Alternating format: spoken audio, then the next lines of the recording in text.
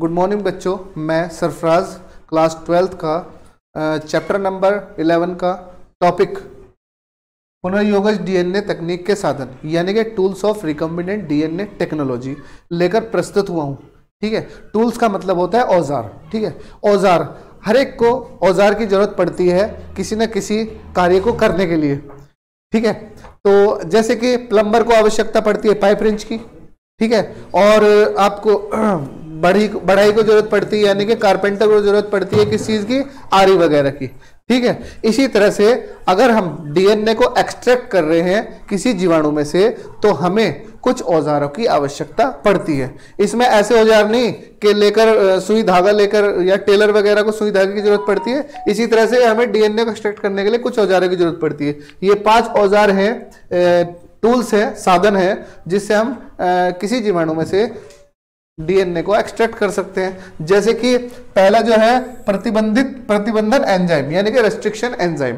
ठीक है, इसमें ये जो प्रतिबंधन एंजाइम होता है बच्चों 2 प्रकार का होता है, एक एक्सोन्यूक्लियस होता है और एंडोन्यूक्लियस होता है। ठीक है, इसके बारे में मैं बताऊंगा। पहले मैं औजारों के बारे में बता दूं कि क्या क्या साधन की आवश्यकता पड़ती है। ठीक है, दूसरा पॉलीमरेज एंजाइम।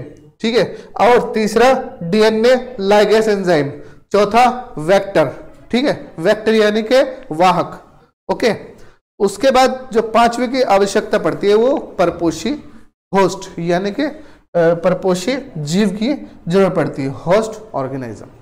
ठीक है, अब मैं इसके बारे में एक एक करके आप लोगों को समझाता हूं। सबसे पहले तो हम प्रतिबंधन एंजाइम के बारे में बात करेंगे। जो प्रतिबंधन एंजाइम यानी कि रेस्ट्रिक्शन एंजाइम होता है बच्चों, ये काटने का काम करता है। इसको हम रासायनिक चाकू भी बोल देते हैं या आणविक कैंची भी कहा जाता है इसको। ठीक है, तो इसमें ये क्या करता है, डीएनए को काटने का कार्य करता है। ठीक है, डीएनए को काटने के लिए भी ये 2 तरह के एंजाइम होते हैं बच्चों। मैंने क्या बोला था, ये रेस्ट्रिक्शन एंजाइम जो होता है, रेस्ट्रिक्शन एंडोन्यूक्लियस एंजाइम पूरा नाम है इसका। ठीक है, एंडोन्यूक्लियस में भी एंडोन्यूक्लियस और एक एक्सोन्यूक्लियस होता है, मतलब न्यूक्लियस एंजाइम की आवश्यकता पड़ती है। ठीक है, तो इसमें ये दिए हुए हैं।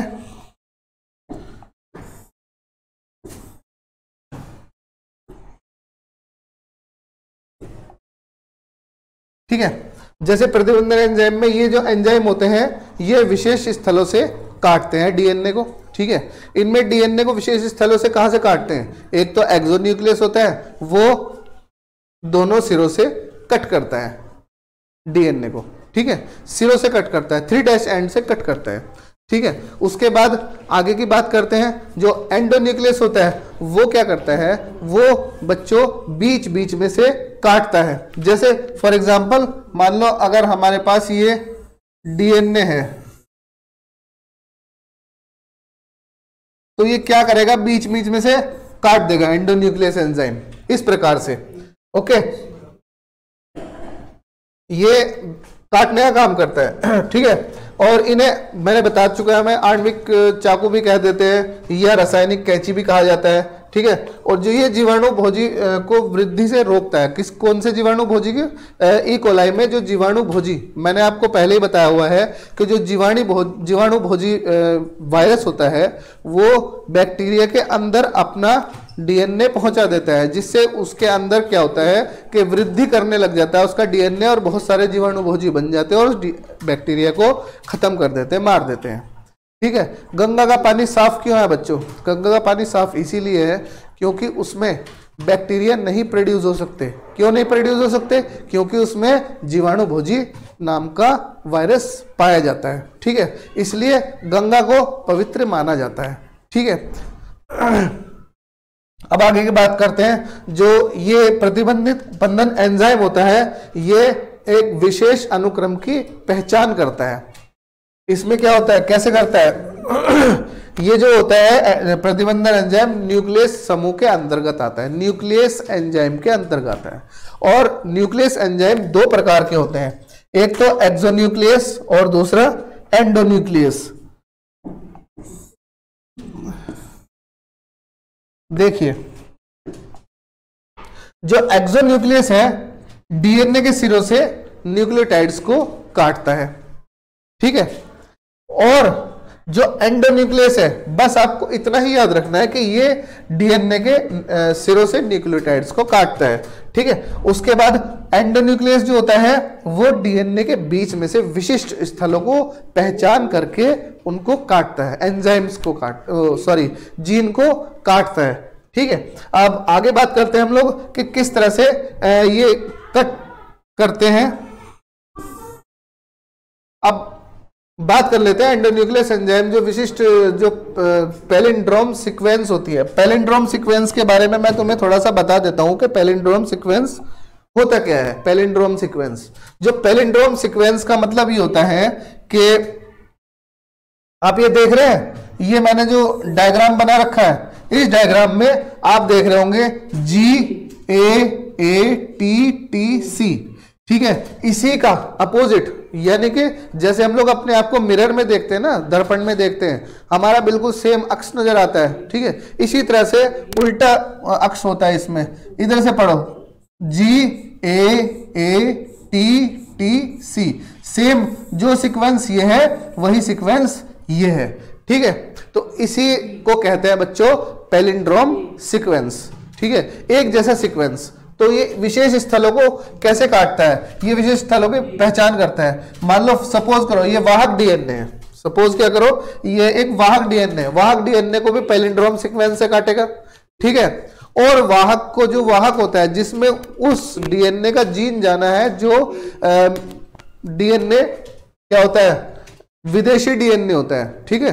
जो दूसरा डीएनए होगा उसमें से जीन को हमें वाहक डीएनए में पहुंचाना, क्योंकि वाहक ही ले जाता है उस जीन को, और उस जीन को ले जाकर फिर उसमें वाहक से नए नए जीन प्रोड्यूस होते हैं, जिससे कि हम लोग उसको प्रौद्योगिकी में यूज कर सकें, ठीक है।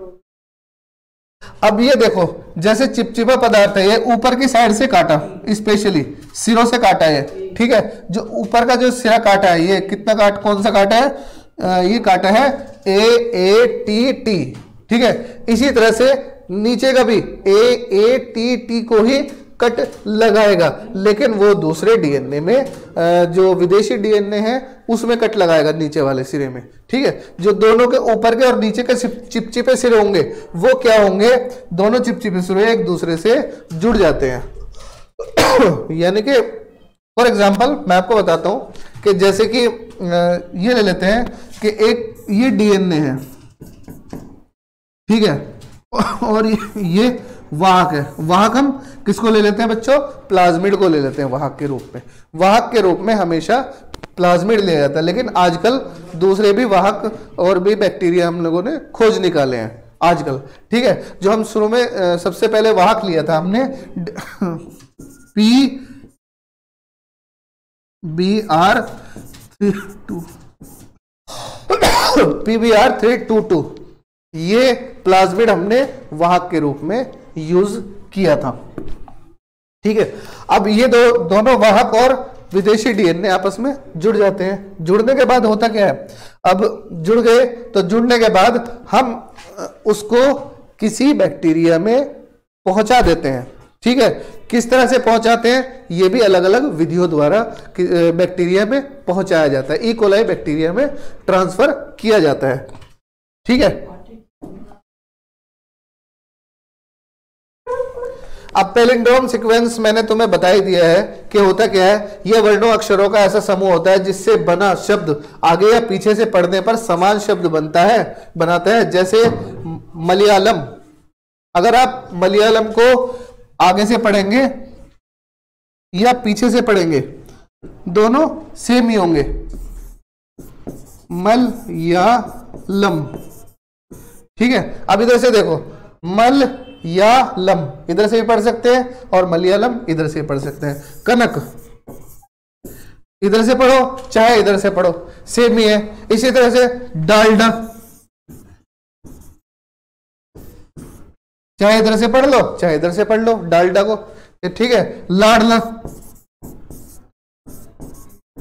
ठीक है। इसी को आई होप समझ में आ रहा होगा आपके कि पैलिंड्रोम सीक्वेंस होता क्या है। मतलब आप इधर से पढ़ो चाहे इधर से पढ़ो, दोनों साइड से सेम ही चीज सेम ही बात होगी, ठीक है, सेम ही चीज पढ़ी जाएगी, सेम ही शब्द पढ़ा जाएगा। जैसे कि एग्जाम्पल में डीएनए में दिया हुआ है मैंने कि 5' एंड है, 5' में GAATTC, ठीक है। इधर से हम अगर इधर से लेंगे दूसरे टेम्पलेट स्ट्रैंड को लेंगे तो टेम्पलेट स्ट्रैंड में भी आपका 5' से अगर हम पढ़ेंगे तो GAATTC, ठीक है, इसी तरह से पढ़ा जाएगा। अब हम बात करते हैं, देखो मैंने थोड़ा सा एक डायग्राम बना के दिया हुआ है आप लोगों को, आपके अच्छी तरह से जो समझ में आ जाए। ये डायग्राम आप समझो किस तरह से होता है कि किसी बाहरी डीएनए को हमने रेस्ट्रिक्शन एंजाइम से काटा, न्यूक्लियस एंजाइम से काटा। काटने के बाद वो विशेष स्थल की पहचान करके उसको कट लगाया जीन को, जो हमारा जीन कार्य करने वाला है। मान लो फॉर एग्जांपल इंसुलिन प्रोड्यूस करने वाला एक हार्मोन, एक वो है जीन है जो इंसुलिन बनाता है, इंसुलिन नामक केमिकल को, रसायन को बनाता है, ठीक है, हार्मोन को बनाता है, ठीक है। उसकी पहचान करी, उसकी पहचान करने के बाद हमने उसको कट लगा लिया। मान लो इस पूरे डीएनए में ये जो भाग है, ये वांछित जीन, ये इंसुलिन प्रोड्यूस करता है, ठीक है।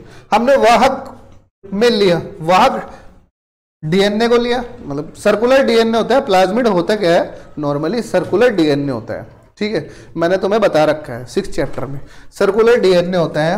तो इसको हम लोग एक जगह से काट देंगे, ठीक है, एक जगह से कट लगा देंगे जहां पर हमें ये वाला वांछित जीन पहुंचाना है, ठीक है।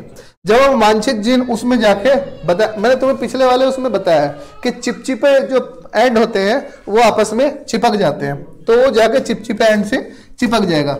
और जिसमें जो ये चिपचिपे एंड से चिपक जाएगा, जिसमें हमने बाहर के डीएनए का जीन मिलाया है प्लाज्मिड में, वो अब प्लाज्मिड ना होकर पुनर्योगज डीएनए कहलाएगा। पुनर्योगज डीएनए यानी कि रिकॉम्बिनेंट डीएनए कहलाएगा, ठीक है। तो अब ये जो, अब इसको क्या करते हैं हम लोग, किसी बैक्टीरिया में, ठीक है, लाइगेस एंजाइम से जुड़ जाता है। कौन सा एंजाइम है, लाइगेस एंजाइम से जुड़ जाएगा। जुड़ने के बाद वांछित जीन युक्त बाहरी डीएनए खंड को प्लाज्मिड से जोड़ा जाता है। प्लाज्मिड में जोड़ने के बाद हम इसको स्थानांतरित करते हैं ई कोलाई बैक्टीरिया में, ई कोलाई बैक्टीरिया में पहुंचाते हैं। ई कोलाई बैक्टीरिया में भी पहुंचाने के अलग अलग तरीके होते हैं, क्योंकि ऐसे डायरेक्ट नहीं डाल सकते हम लोग ई कोलाई बैक्टीरिया में, ठीक है। मैं आपको बता दूं कि ये चैप्टर बहुत समझने योग्य है। अगर आप इंटरेस्ट लेके पढ़ोगे इस चैप्टर को तो बिल्कुल समझ में आएगा, अगर नहीं इंटरेस्ट लोगे तो कुछ भी समझ में नहीं आएगा, जीरो रहोगे। तो बिल्कुल इसको बहुत ध्यानपूर्वक वीडियो को ध्यान से देखना। फिर उसको हम बैक्टीरिया को पहुंचाते हैं। आपको पता है कि बैक्टीरिया के अंदर क्या खूबी होती है, क्या खूबी होती है बच्चों? खूबी ये होती है कि वो 1 से 2 बनते हैं, 2 से 4, 4 से 8, बहुत जल्दी जल्दी अपने आप को विभाजन प्रक्रिया करते हैं, ठीक है। तो विभाजन से क्या होगा, वो जो जीन होगा वो भी विभाजन के द्वारा विभाजित होता रहेगा, वो जीन भी, जिससे हम लोग बड़े कंटेनर में उसको प्रोड्यूस करेंगे न्यूट्रिशन माध्यम देकर, और फिर हम उससे उस जीन को एक्सट्रैक्ट कर लेंगे। उस एक्सट्रैक्ट करने का भी तरीका बताया जाएगा आपको। आज मैं यहीं पे टॉपिक को समाप्त करता हूँ। आगे का जो टॉपिक होगा आपको इसी चीज़ के बारे में बताया जाएगा कि उसको किस तरह से एक्सट्रैक्ट करते हैं, और ताकि उसको हम लोग शीशी में भर सके एज अ इंसुलिन की दवाई के रूप में, ठीक है, जो कि लोगों को, डायबिटीज़ के पेशेंट को इंसुलिन दी जाती है। Thank you and have a nice day.